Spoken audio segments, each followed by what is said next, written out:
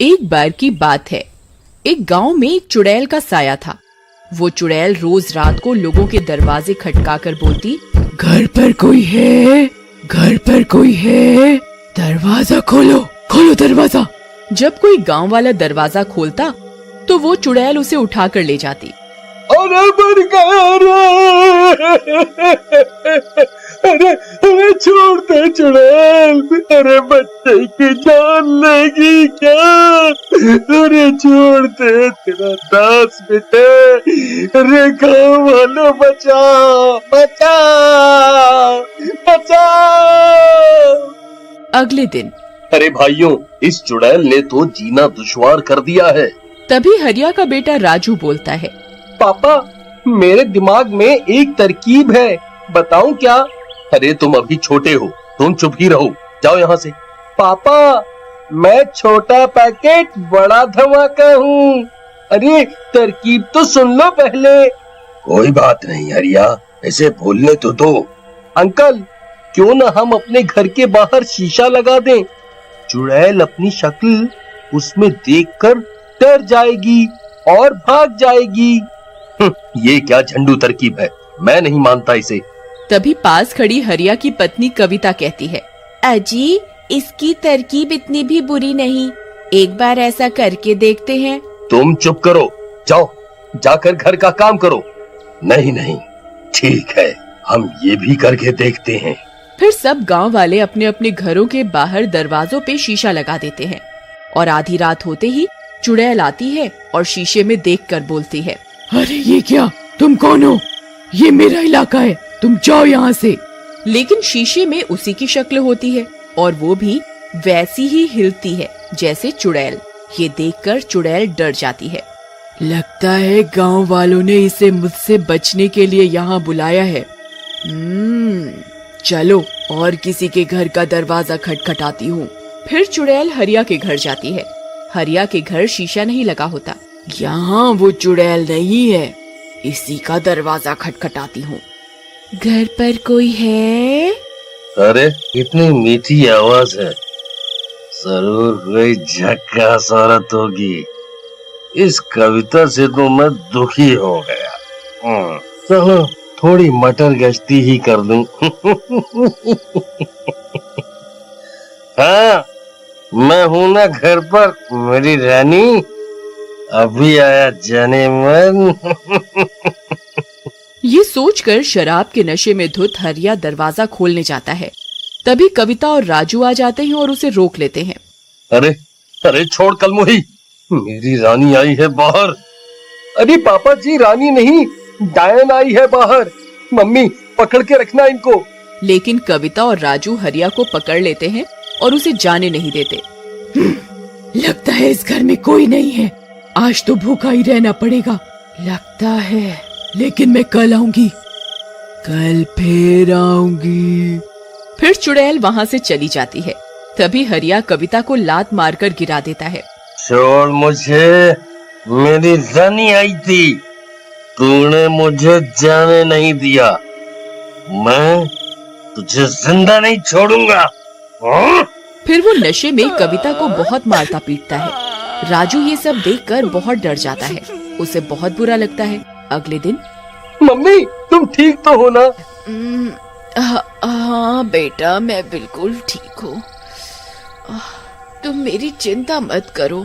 Mummy, मुझे पापा अच्छे नहीं लगते, आपको कितना सताते हैं। नहीं बेटा, ऐसा नहीं कहते, वो तुम्हारे पापा हैं।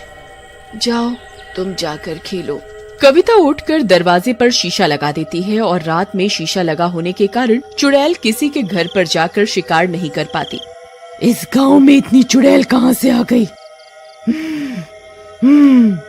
मैं इतने दिनों से भूखी हूँ, ये भूख बर्दाश्त नहीं हो रही। इन गांव वालों ने अपने घरों के बाहर एक एक चुड़ैल खड़ी कर दी है, पर कब तक बचोगे? मैं कल फिर आऊंगी, मैं फिर आऊंगी। फिर अगली सुबह गांव वाले जमा होते हैं। अरे भाइयों, ये राजू ने बड़ा अच्छा सुझाव दिया, बचा लिया हम सबको, शाबाश बेटा। थैंक यू अंकल, बोला था ना, छोटा पैकेट बड़ा धमाका। हाँ हाँ ठीक है चलो घर जाकर पढ़ो, जाओ यहाँ से। राजू को बुरा लगता है और वो घर चला जाता है। उधर चुड़ैल, मैं इस गुफा में बैठे बैठे ही ना मर जाऊं, किसको खाऊं? फिर रात हो जाती है। भूख के मारे वो गुफा से बाहर जाती है और गांव की तरफ चल देती है। तभी राजू अपने कुत्ते को घर के बाहर घुमाते हुए घर से थोड़ा दूर आ जाता है। अम्मी चलो घर चलो, रात हो गई है, चुड़ैल किसी भी वक्त आने ही वाली है। तभी टॉमी यहाँ वहाँ भागता हुआ गुम जाता है। राजू उसे ढूंढता है। तभी चुड़ैल की नजर टॉमी पर पड़ती है। इस कुत्ते को ही खा के काम चलाती हूँ आज। फिर वो अपना हाथ लंबा करती है और उस कुत्ते को पकड़कर खा जाती है। अब थोड़ी राहत मिली। राजू ये सब देख लेता है और रोता हुआ घर भाग जाता है। जाकर कविता को सब बताता है। कविता ये सब सुनकर बहुत डर जाती है। तभी हरिया भी घर आ जाता है। ए कलमुही, पानी लेकर आ। तुझसे इतना भी नहीं होता कि मर्द घर आया है तो एक गिलास पानी ले आऊं। जी लाती हूँ। एक तो इतनी गर्मी है, तुझसे शादी करके तो मेरे भाग ही फूट गए। सोचा था कि तेरा बाप पैसे वाला है, बढ़िया दान दहेज देगा, लेकिन नहीं, इतनी गर्मी है, एक तो एसी ही लगवा देता तेरा बाप तो क्या बिगड़ जाता। ऊपर से ये गर्म पानी लाई है। चल चल यहाँ से, काम की ना काज की, दुश्मन अनाज की।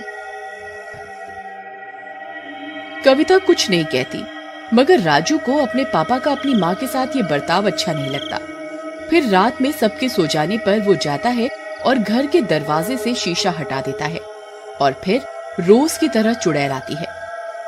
अरे इस घर के दरवाजे पे चुड़ैल नहीं है। मजा आ गया। घर पर कोई है? घर पर कोई है? पापा दरवाजे पे वो आई है, आपकी रानी।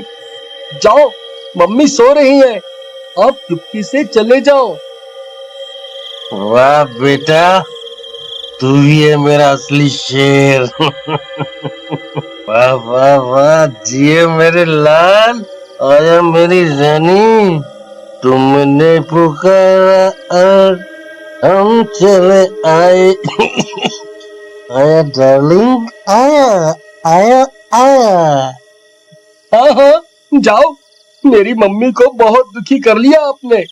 हरिया नशे में होता है और खुश होकर दरवाजा खोल देता है। आओ मेरे राजा जी। अरे मेरी रानी, तुम नशे में चुड़ैल क्यों दिख रही हो मुझे? लगता है ज्यादा चढ़ गई। मेरे राजा, मैं चुड़ैल ही हूँ। नहीं, चुड़ैल जी, आप तो मेरी बहन जैसी हो, सारा नशा ही उतर गया आपको देखकर। मुझे छोड़ दो, अब से आप पर बुरी नजर नहीं डालूंगा। अरे कविता, आओ। चुप कर, बेवकूफ समझा है क्या? चल, भूख लगी है। फिर चुड़ैल हरिया को लेकर चली जाती है। शोर सुनकर सब गांव वाले जग जाते हैं और कविता भी। राजू, तुम्हारे पापा कहाँ हैं? अभी अभी मैंने उनकी आवाज सुनी थी। उनको तो चुड़ैल ले गई, अब तुम्हारे सारे दुख खत्म। माँ, तुम ये कैसी बातें कर रहे हो? तुम्हें ऐसा नहीं करना चाहिए था। वो जैसे भी है तुम्हारे पापा हैं। मैं जा रही हूँ इनको बचाने। कविता मशाल उठाती है और जंगल की ओर गुफा में चली जाती है। सभी गांव वाले भी पीछे जाते हैं। कविता जंगल पहुंच जाती है। चुड़ैल जी, छोड़ दो मेरे पति को, तुम मुझे खा लो, इनको छोड़ दो। नहीं माँ, चुड़ैल आंटी, मेरी माँ को नहीं, मुझे खा लो। नहीं कविता, तुम जाओ यहाँ से, जाओ तुम। अरे, तुम पति पत्नी का ड्रामा तो खत्म ही नहीं हो रहा। लैला मजनू मेरे पेट में जाकर बन जाना। ऐसा बोलकर चुड़ैल कविता को गले से पकड़कर हवा में उठा लेती है। ये देखकर राजू जमीन पर लौटता हुआ जाता है और पीछे से चुड़ैल के बालों में आग लगा देता है। चुड़ैल जलने लगती है।